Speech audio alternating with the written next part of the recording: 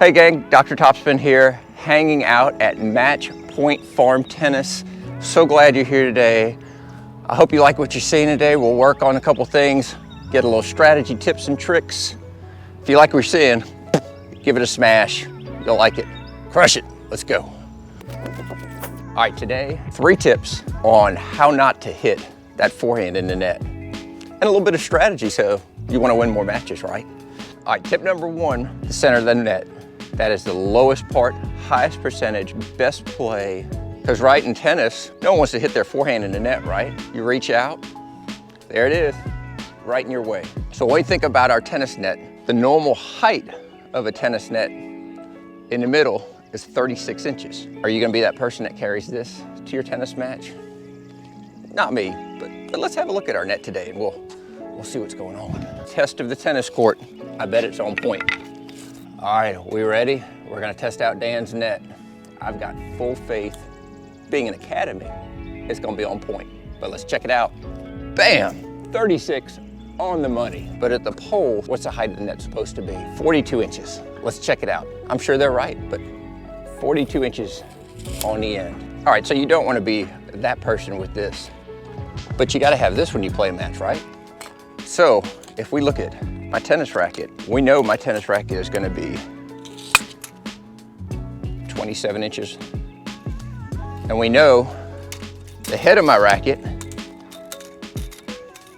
a 10.5, what do we get to? That's about the height of the net, just down a click. So you could just be that guy if you don't feel like it's right. Just take your racket, take it at the bottom here, use the old finger measurement, and just when I can see a little bit of daylight on the top up there, I know we got the right size net.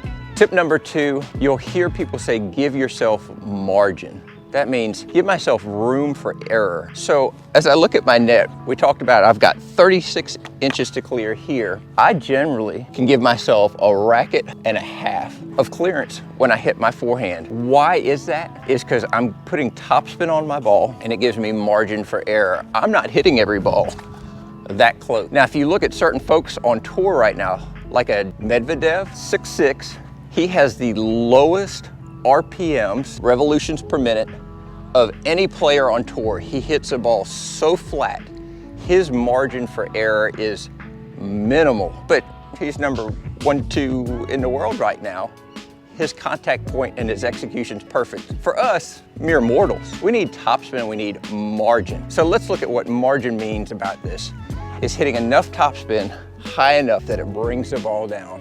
Let's have a look at one flying at you. Let's see if I can make one create enough topspin from back here.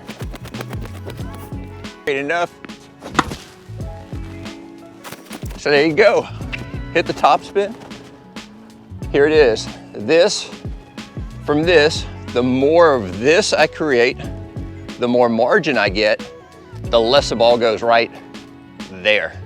Number 3 reason why people hit the ball in a net, it's mechanics, is your body posture has got to be such that you can make sure that the ball and your contact point's right. So when we're contacting it, we want to make sure that our leading shoulder is not dipping, because that creates a spine angle. So here's Dan, if he's dipping down, right? Look at that. You see that spine angles like that? He's going in the net. So we'll get Dan to hit one wrong. All right, let's hit one wrong here. He's dipped down, bam. That's net all day. But if we keep the spine alignment correct and shoulder up, perfect.